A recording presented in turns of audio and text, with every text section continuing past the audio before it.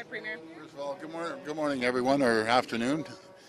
As you've heard, since last night around midnight, Donald Trump is putting tariffs on majority of the 338, 50% tariffs. We had a conversation with the Prime Minister all day yesterday, right up to probably quarter to 12, 11:45 when he called me to tell me the news. And I've always said we need to fight these tariffs, tariff to tariff, dollar to dollar. And I'm glad he didn't sign that deal because it was a bad deal. It was a bad deal for Ontario. It was a bad deal for the auto sector, the steel sector, and manufacturing sector. And we never started this fight, but I can assure you we're going to win this fight. We're going to be a united team Canada. We're going to use every single tool we have here in Ontario. And hopefully the rest of the premiers feel the same way. We have to use every tool in our toolbox to make sure, as Donald Trump is trying to inflict pain on every Canadian, that we inflict pain right back until he realizes that we're his number one customer in the world. And yes, they're our number one customer. But we have to make sure that we look at every single asset that we have, no matter if it's the critical minerals or if it's the steel or if it's the nickel, anything that we have here in Ontario, everything's on the table. How much pain do you think Ontario is willing to take? Because it will be painful, as you said. Yeah, it will be painful, but we have a strong, vibrant, diversified economy. We're diversifying around the world. And I think the job numbers speak for itself. Last month, the federal government put out the job numbers. 70,000 jobs, 52,000 were here in Ontario over 4 months. Over 120,000 jobs. These are during uncertain times. You can't get these jobs even in certain times. Our plan is working. When I say our plan is working working with the federal government, with the 444 municipalities. We've seen over $236 billion of investment, and every single day, new investment is coming to Ontario.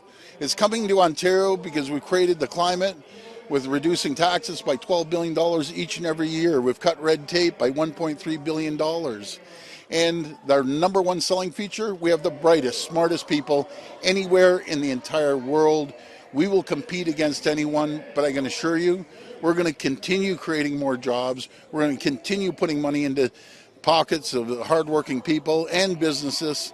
We've cut taxes by 32% on small businesses, but we're going to be there to support every community, every job right across our province. Canada, you said Canada is going to have to use every I'm sorry, you're next. toolbox, right? Yes. What tools specifically will you be able Well, I will, yeah, so I will be in the meeting this afternoon. I think it's shortly after 1 o'clock to be able to speak to the other premiers along with the Prime Minister. But my message to all the premiers, we need to stick together. We need to take a Team Canada approach, and everyone has to be in this fight. We can't have an outlier.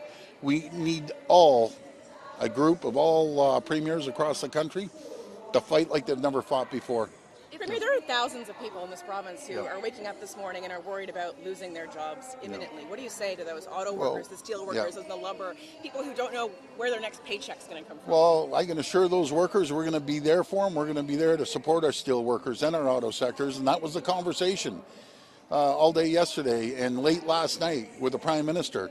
We need to support these sectors. We have to make sure that they're viable, not for the short term, but for the long term.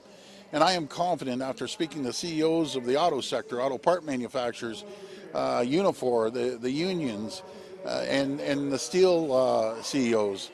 And I just want to give a shout out, it's been incredible, Ron Bedard from the CEO of Dofasco, the largest steel manufacturer in the country, that he's there. We're going to be there on Monday with other steel CEOs to tell them that we have their backs. We're going to support the workers. They're going to continue having great paying jobs. We are in a strong position, and we're going to continue bringing more jobs. We're going to have investors from around the world in 3 weeks here with $100 trillion of assets. Why are they picking Ontario? Because this is the greatest area, greatest jurisdiction anywhere in the entire world. They know they can invest. They're going to have a great return on their investment.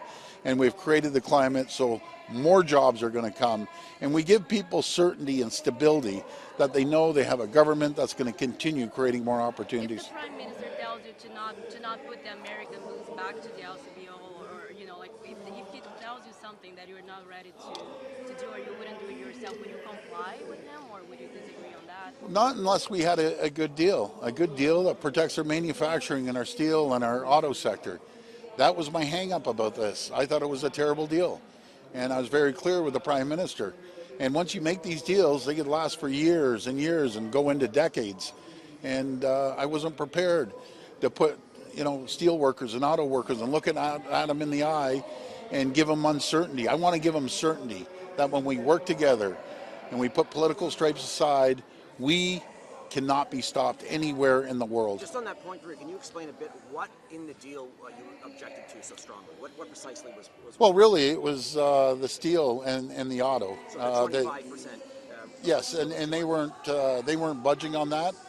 Yeah. I want to give credit to the Prime Minister. He was in a very difficult position, like we all are, but he stood up and he's protecting Canada.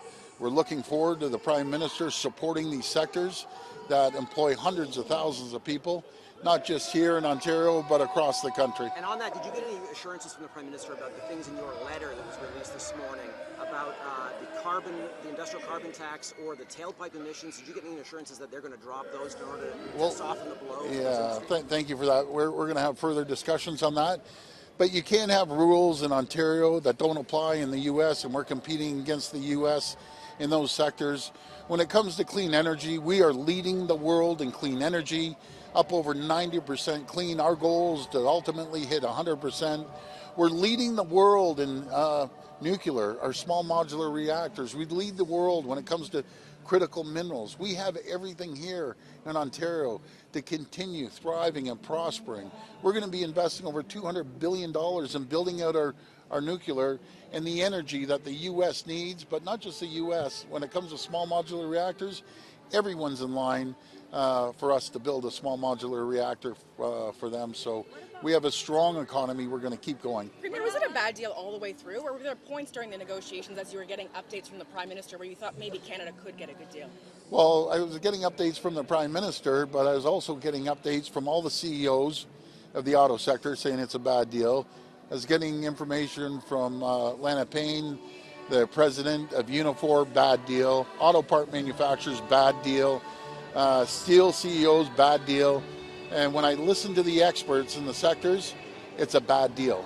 And I'm glad that the Prime Minister listened, and we're going to be united. We're a Team Canada approach, and we're going to fight with everything we have. We're going to win this economic war, and hopefully we'll get this finished as quickly as possible. Last question. Interprovincial trade. I apologize. Interprovincial trade, Premier. Do you have any MOUs? Are you eyeing any other MOUs with any other provinces before the ones you are writing forward? Yeah, so we've signed MOUs with 10 provinces and territories. That will apply to about $200 billion to our GDP in economic development. It's going to increase our GDP anywhere from 4 to 6%. Folks, we have everything we need to make sure that we thrive and we prosper. So I'm very confident we're going to come out on top. There's going to be a few bumps in the road, but when we stick together, no one can stop us. I just want to thank you.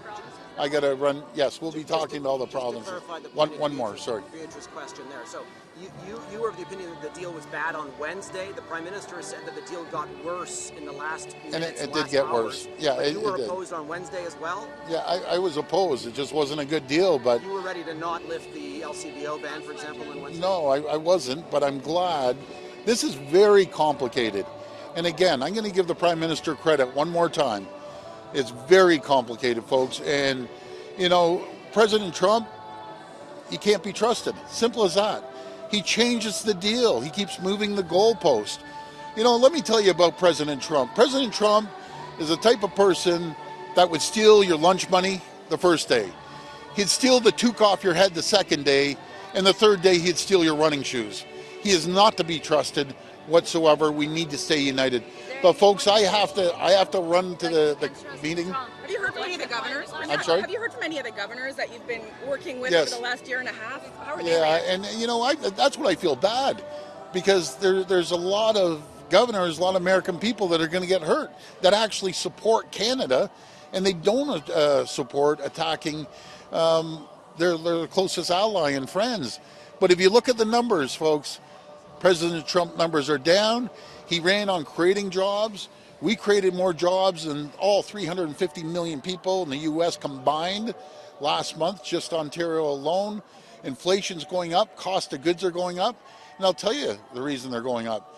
Because he's attacking his closest ally, his number one customer. You notice cost of housing is going up because 1/3 of the lumber they use to build homes comes from Canada. So if you want to keep attacking and tariffing Canada, a tariff on Canada is nothing more than a tax on the great American people. And the American people are great. Not so much for the president, but we'll keep going. Folks, I got to get online with the Prime Minister. I want to thank you.